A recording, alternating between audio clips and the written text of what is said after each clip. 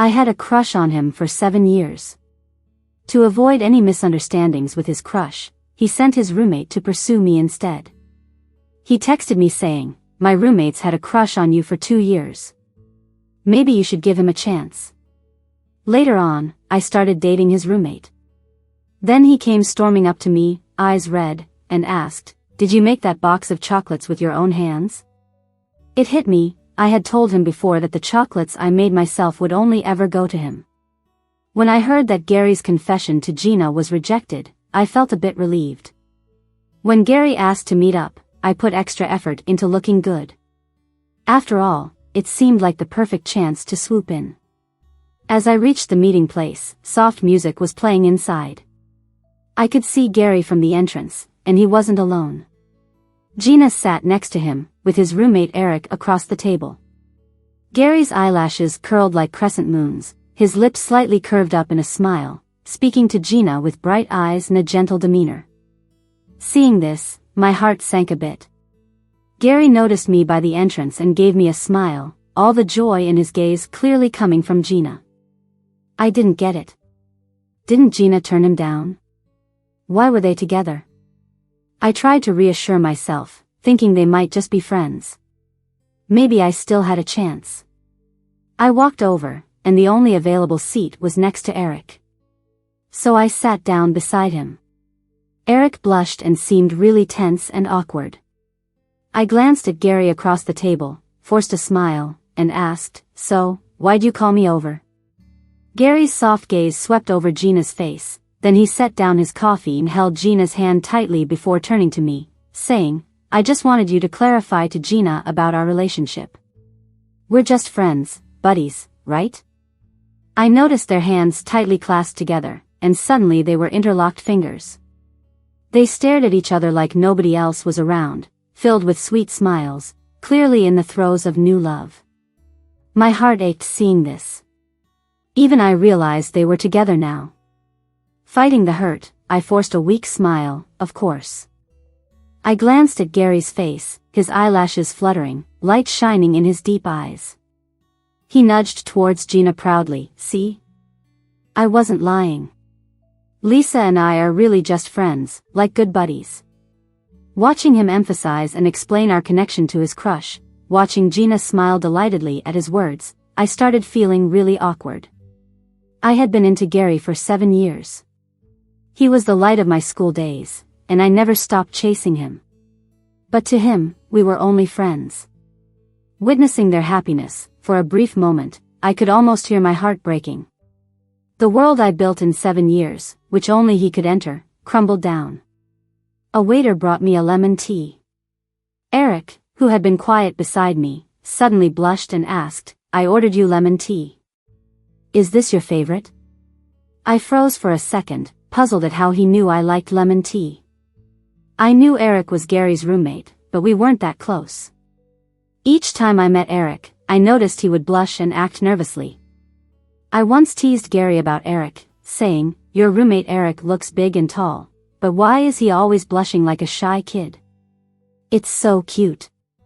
Gary just laughed casually and said, "Why do you care? You like him?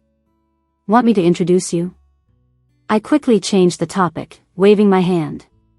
Gary chuckled. I was right there, but his deep eyes weren't focused on me.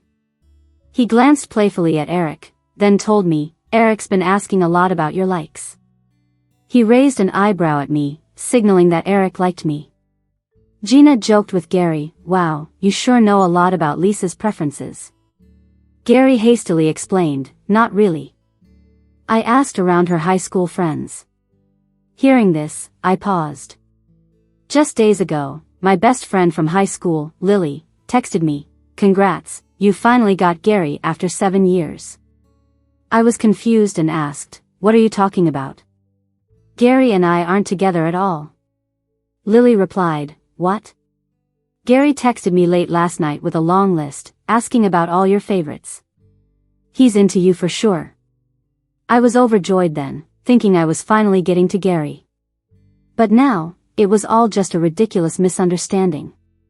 Eric took a deep breath beside me, then turned to me, blushed, and said, "Lisa, I've liked you for a long time. Will you be my girlfriend? As Eric spoke, Gary lowered his head, sipped his coffee, and looked at Gina with a very gentle smile. I looked at Eric, his face red, eyes bright with hope. His hands were trembling with nervousness, his words stuttered, yet he waited for my response. In that moment, my tense heart suddenly relaxed. I looked at him and said, "Sure." Across from me, Gary's eyes had a slight flicker of surprise, but it vanished in a second and was replaced by his usual smile. Eric's eyes widened, filled with disbelief as he looked at me. "You agreed?" I just smiled a bit and said, "Yeah, I did." Eric was over the moon with excitement. He quickly turned to Gary and said, "Gary, thank you so much. If it weren't for your encouragement, I wouldn't have had the courage to confess to Lisa." Surprised, I glanced at Gary. At that moment, I finally understood that Gary never had feelings for me. He encouraged Eric to pursue me so there wouldn't be any misunderstanding with Gina. He even helped Eric find out what I liked through Lily. Across the table, Gina took Gary's arm and laughed. "Didn't we plan to see a movie? It's about to start. We should go." Gary smiled and nodded. "Yeah, we should get going." Then Gina looked at Eric and me, smiling. "Congrats, you too. Have a good chat. Gary and I are off to the movie." They had started walking away but didn't get far before Gary turned back. He wore a faint smile, with an expression that seemed to hide some guilt, or maybe it was a blessing for me. He walked over to Eric, patted him on the shoulder, and said, "You're a lucky guy. Treat her well." Eric laughed and said, "She's my girlfriend now, of course, I'll treat her well." I took a sip of the lemon tea on the table. It tasted off today. It should have been sour, but instead, it was a bit bitter. A little while later, Eric said he wanted to thank Gary for helping us get together, so he planned to treat Gary and his girlfriend to a meal. He suggested a Korean barbecue place near school. I wanted to ask him to pick another place, but I kept quiet in the end. Gary and Gina arrived at the barbecue joint, hand in hand, chatting happily. I gave Gary a surprised look. I remember asking him to a barbecue before, but he told me, "I hate those barbecue places. You always leave smelling like smoke." As soon as Gina came in, she excitedly told Eric, "I love meat, especially barbecue. I can smell it already." Standing beside her, Gary watched her with a gentle, adoring gaze. Suddenly I realized why he agreed to come to the barbecue place. It was because of Gina. Even though he hated the smell of barbecue, he was willing to bear it for someone he loved. My chest felt tight, mixed with a sour and bitter feeling. It wasn't until the meat started sizzling on the grill that I began to come back to reality. When the first plate of pork belly was ready, Eric quickly put some pieces on my plate. He smiled and said, "You eat first. I'll grill more." Across from us, Gina looked at me with envy and said, "Lisa, Eric treats you so well." Meanwhile, Gary lifted a corner of his lips slightly. As his eyes skimmed over the meat on my plate, his expression stayed cool, with a hint of mockery in his smile. He picked up a piece of fresh lettuce, laid it on a plate, and then placed a slice of grilled pork belly on it. Carefully, he added some sauce before wrapping it up and pushing it toward Gina. His eyes softened, and his smile was full of tender affection as he looked at Gina. His long fingers withdrew from the plate's edge. Gina smiled back, her face radiating happiness. Gary said with a smile, "I know you love barbecue, so I planned ahead." Gina took a bite and her eyes brightened. "This is delicious." Gary watched her, his expression pure adoration. He said softly, "I'll wrap a few more for you. Enjoy." Gina, clearly a barbecue enthusiast, had shining eyes as she dug in. Soon, her nose was shiny with sweat from eating. She was naturally fair and pretty, but the sweat and grease didn't make her look messy, it added a cute charm. Gary, standing next to her, never lost his smile. He chuckled, "You can't slow down, can you? No one's taking it from you, but you eat like it's going out of style." With a grin, He took a napkin and wiped the sweat off Gina's nose and the grease from her lips. His expression seemed teasing, but his words were full of indulgence. Gary had never shown this kind of thoughtfulness to anyone else. It was clear Gina was different for him. Suddenly, a lettuce wrap appeared on my plate too. I turned to see Eric grinning innocently. "Here, try it. I'll make you a few more." I smiled back, but when I turned, I noticed Gary's hand paused as he brushed sauce on the meat. His eyes shot me a quick glance before shifting away. I hesitated, thinking maybe I'd imagined it.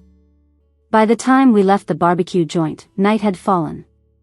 On the way back, Eric suggested buying drinks, so I offered to go with him. After getting the drinks, we headed back to find Gary and Gina. From a distance, we saw them under a sycamore tree. Gary held Gina by the waist and leaned down while Gina stood on her tiptoes. They were kissing so passionately, it was like no one else existed nearby. I stood there dumbfounded, unable to stop the tears from falling as I watched the scene unfold before me. It was like a knife was repeatedly stabbing my heart, leaving me shivering from the pain. Eric noticed my expression and for a fleeting moment, I saw a hint of sadness in his eyes, but he quickly composed himself. He walked over, using his tall frame to shield me from the scene in the distance. With a gentle and bright smile, he calmly said, "Final exams are coming up. Let's hit the library and study together tomorrow. I can head over early to save us seats."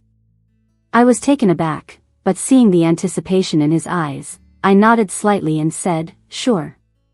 Instantly, he broke into a wide grin, showing all his big white teeth, looking absolutely thrilled. Feelings can be pretty mysterious sometimes. The night before, I had been heartbroken, seeing Gary and Gina share a romantic kiss under the sycamore tree. But after getting through that difficult night, my heart seemed to lighten. Spending time with Eric, I realized he's not that easily embarrassed. He just becomes extra cautious around me. That weekend, we planned to study at the library together. He went early to save us a spot. Our dorm was close to the library side entrance, and as I headed there, I saw Eric talking to a girl. I didn't know her, but she was quite pretty, though she didn't seem happy. She asked Eric, "Why did you reject me? Can't we at least be friends?" For a moment, I was surprised, but strangely calm. Even though Eric and I had spent some time together, I hadn't reached that level of affection for him. Despite the girl's confession, Eric didn't even blink, his face indifferent, keeping her at arm's length. He seriously and solemnly said to her, "I already have a girlfriend. If she finds out I'm friends with a girl who confessed to me, she wouldn't be happy, and I don't want to make her upset." Standing not far away, I clearly heard every word. My heart was moved, like a tranquil lake disturbed by a powerful stone, creating growing ripples. The girl was so upset by Eric's words that her tears fell like raindrops, but Eric remained stoic and unmoved. Eventually, the girl ran away in tears, heading in my direction, and Eric turned, spotting me. He froze for a second, then smiled with his eyes full of clear, bright light. He seemed worried I might get the wrong idea, scratching his head awkwardly, looking a bit sheepish. I approached him with a smile and slipped my arm through his for the first time. He froze, eyes wide, cheeks turning red, looking both stunned and silly. I laughed and said, "Come on, finals are in a week. Let's get inside and study."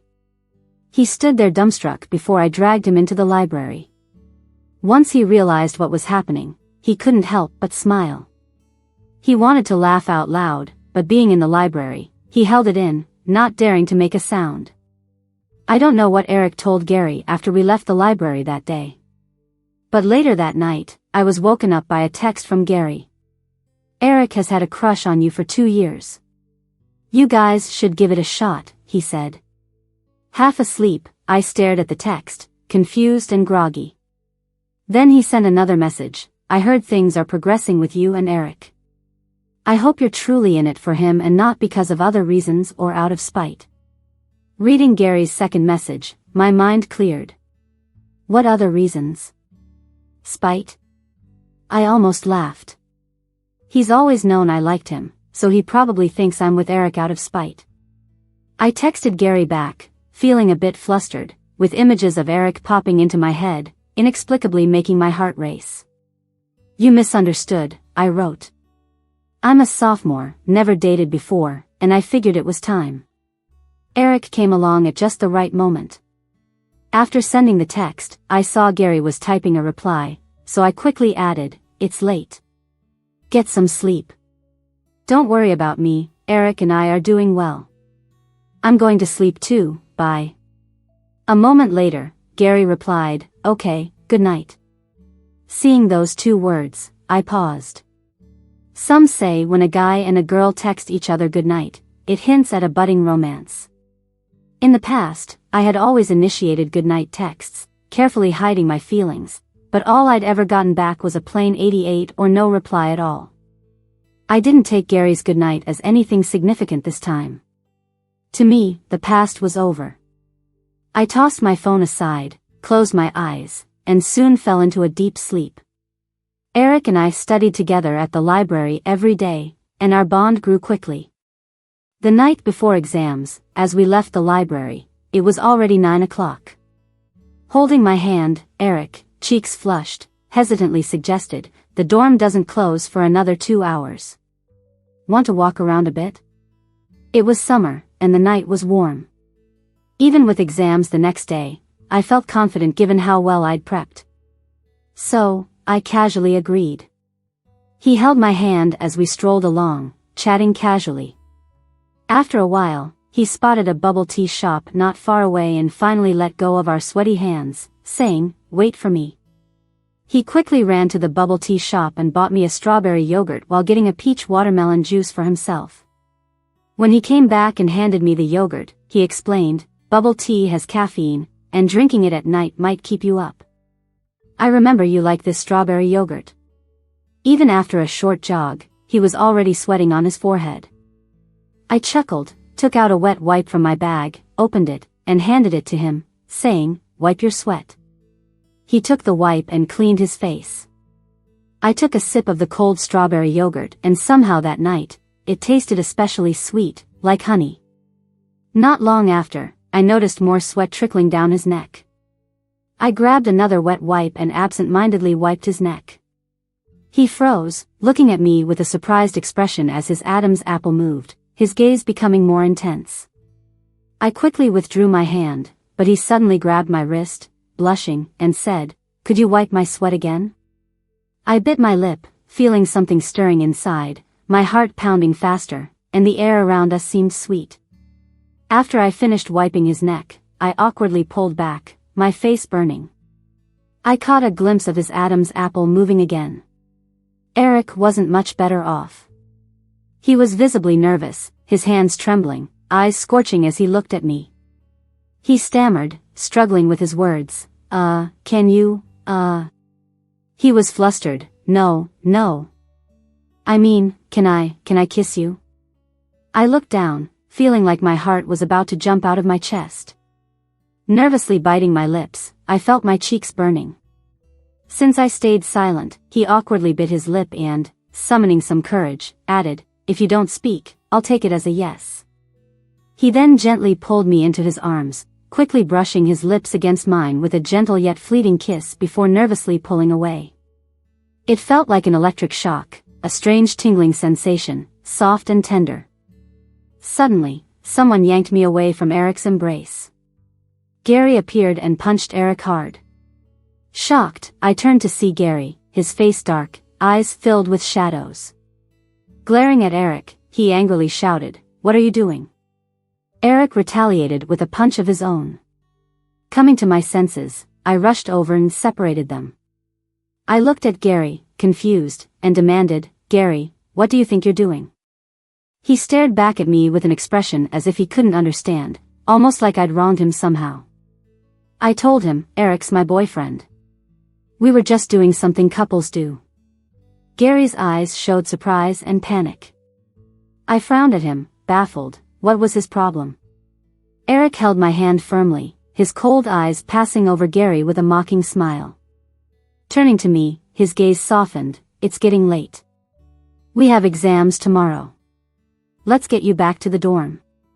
As Eric held my hand, we walked past Gary. His vacant eyes suddenly lit up, and he grabbed my wrist, his voice deep as he said, "Lisa, I broke up with Gina." I paused, surprised, and looked at him. His hopeful eyes looked at me pleadingly, saying, "I regret giving you to him." His words stunned me. He had never cared for me before, so could he truly regret it now? But for the first time, I saw a reflection of myself in his deep eyes, his gaze full of warmth and longing, an emotion I never expected. Yet, facing him like that, I felt nothing inside. Eric, beside me, was exasperated. "Gary, what are you trying to say?" Gary fell silent in response to Eric's question, looking defeated, lips tight but refusing to let go of my wrist. I calmly looked at Gary, gently brushed his hand away, and addressed him seriously. "Gary, I honestly thank you for introducing me to Eric. We're happy now, and I hope you don't disturb us in the future." After finals, school let out for summer break. I had planned to stay nearby for work, and I arranged with my advisor to stay on campus during the break. Eric, upon hearing I was staying, decided to stay too. I found a part-time job at a local dessert shop, and Eric got one as a cashier at a nearby McDonald's. Since our shifts aligned, he would pick me up with breakfast and wait outside my dorm each morning. We'd go to work and come back to school together every day. About a week later, as I was deep asleep, my phone rang. Groggy, I fumbled under my pillow for my phone. It had been a long day at work, and I was exhausted. I answered the call, and Gary's familiar, low voice was on the line. "Lisa, I feel terrible. You forgot my birthday." Startled, I checked the time. It was almost 1 a.m., Gary's birthday had passed an hour ago. For the first time in 7 years, I had forgotten his birthday. I remember the summer after senior year, it was Gary's birthday, and he only wanted to hang out with me. He told me his parents got divorced that day, on his birthday, and they totally forgot about his birthday. That night, I lied to my parents for the first time, telling them I was staying over at Lily's. But actually, after dropping Gary home, he told me his dad moved in with another woman and his mom had her own affair and hadn't been back for ages. He hugged me, begging me to stay with him for the night. That big guy, who always seemed so independent, sunny, and handsome, showed me his vulnerable side for the first time. I cried along with him, seeing how hurt he was. It should have been a bittersweet memory, but I let out a big yawn and muttered with a sleepy voice, "Sorry, I'm just so tired, and I've got work early tomorrow. If there's nothing urgent, I'll hang up." Gary went silent. Hearing nothing more, I hung up, then reached for the big Totoro plushie I won at the mall with Eric not long ago, and soon I was back asleep with it. This year, Valentine's Day just happened to fall during summer break. I figured I should get Eric something for Valentine's, but before I decided, he asked me, "Can you make me some chocolate from scratch?" He said. I paused, staring at him, puzzled. "How do you know I can make chocolates?" With a sheepish smile, he fessed up, "When we started college last year, Valentine's came up and you gave Gary a box of chocolates you made. Gary didn't eat them, he brought them back to the dorm, and I ate them all. Before that, every Valentine's Day, I made chocolates for Gary. I learned to make them because of him. Since Gary didn't have a girlfriend, we joked about spending Friendship Day instead of Valentine's. So, he'd always accept my chocolates." Eric, holding my hand, pouted, "Please make them for me. I've been craving them for 2 years." Despite being so tall and handsome, he acted like a kid around me, always playful. I nodded yes, and he hugged me, saying, "Where else can you find such a perfect girlfriend? I feel so lucky." Gary returned to campus 2 days before Valentine's.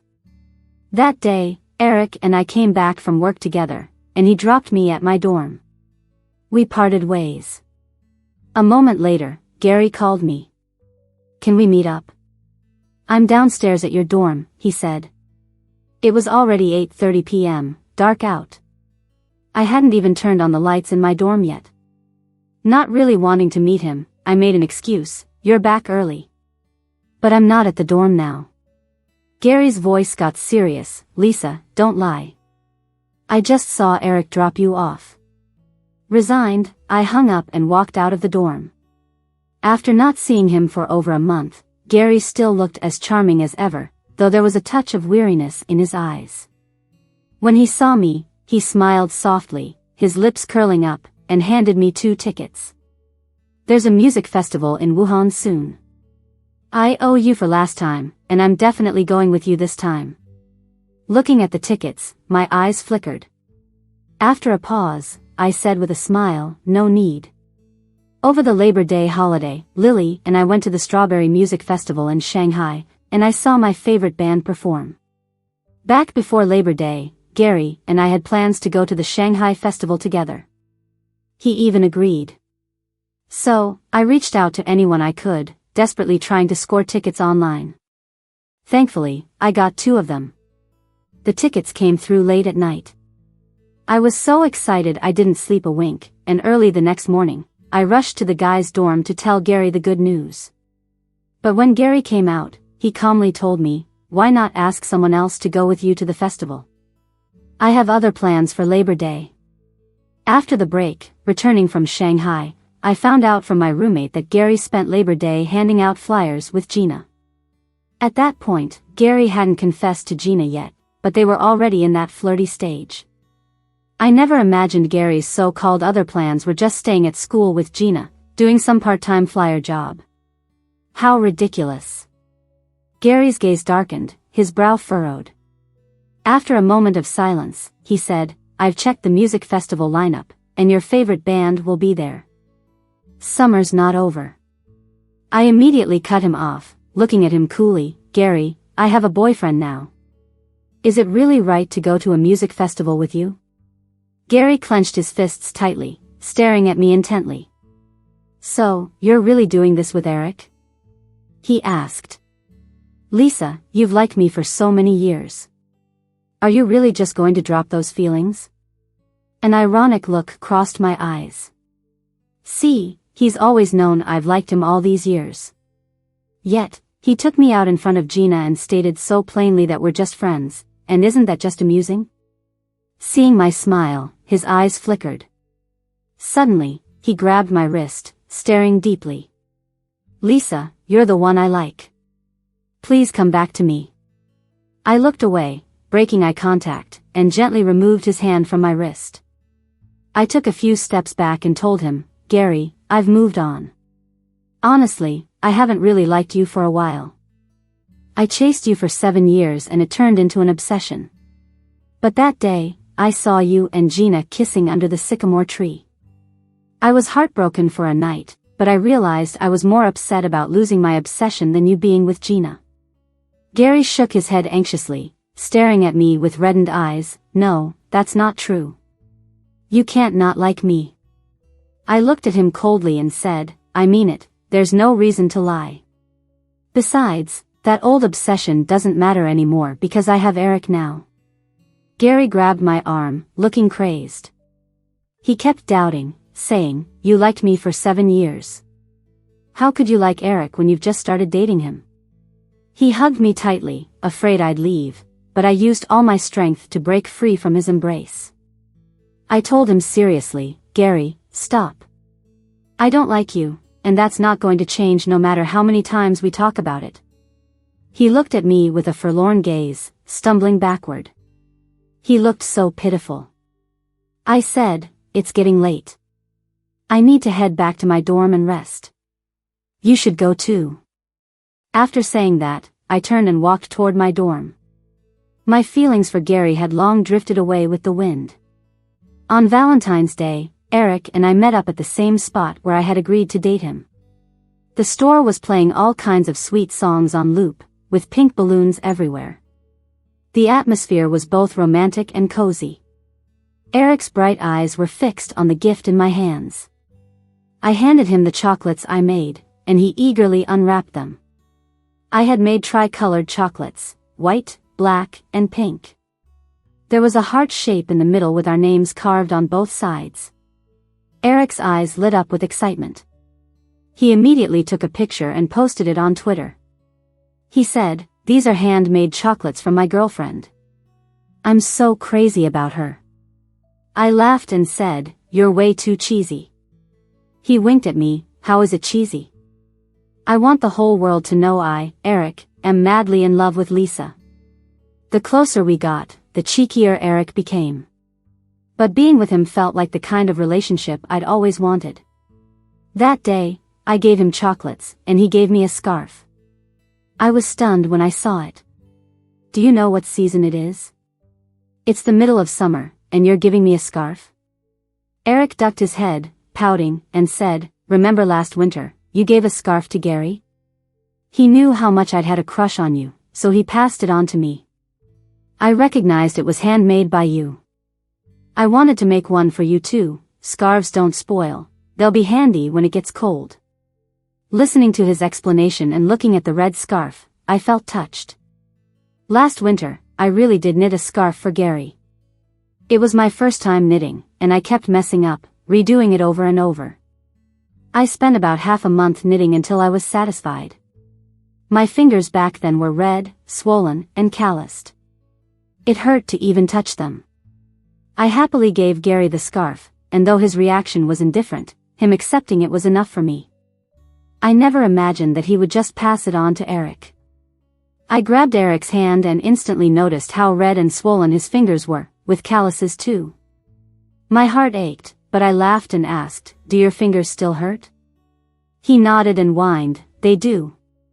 Knitting is so hard.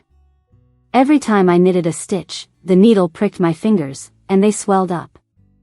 I laughed and teased, "Eric, I swear you're so dramatic." Eric didn't dare say much more. That night, back in the dorm, I wrapped the scarf he gave me around my neck and stood in front of the mirror for a long time. Even though it was the middle of summer, wearing the scarf didn't make me feel hot. Instead, it felt cool, comfortable, and looked nice. At that moment, Gary suddenly called. His voice was shaky, as if he'd been drinking, and he said, "You promised." "Lisa, why did you give him chocolates you made yourself? You told me you'd only give chocolates you made to me." I remembered the last time I gave him chocolates. It was on Valentine's Day during freshman year. He took them and said, "I'm almost sick of chocolates, don't give them to me anymore. You should give them to someone else." I didn't say a word and just hung up on Gary. Afterward, I blocked all his contacts. I checked the time, it was still early, so I called Eric. "I miss you already." He laughed on the other end, "Look out your window." Confused, I went and looked out, only to see a heart-shaped arrangement of candles with him holding a bouquet of red roses. He shouted up to me, "Lisa, I love you." I rushed out of the dorm. Seeing me, he put down the roses and held his arms out for me. I ran straight into them, and he lifted me up.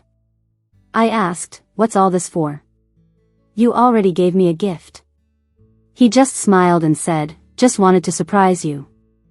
I held his face and kissed him hard on his talkative lips, then whispered in his ear, "I love you too."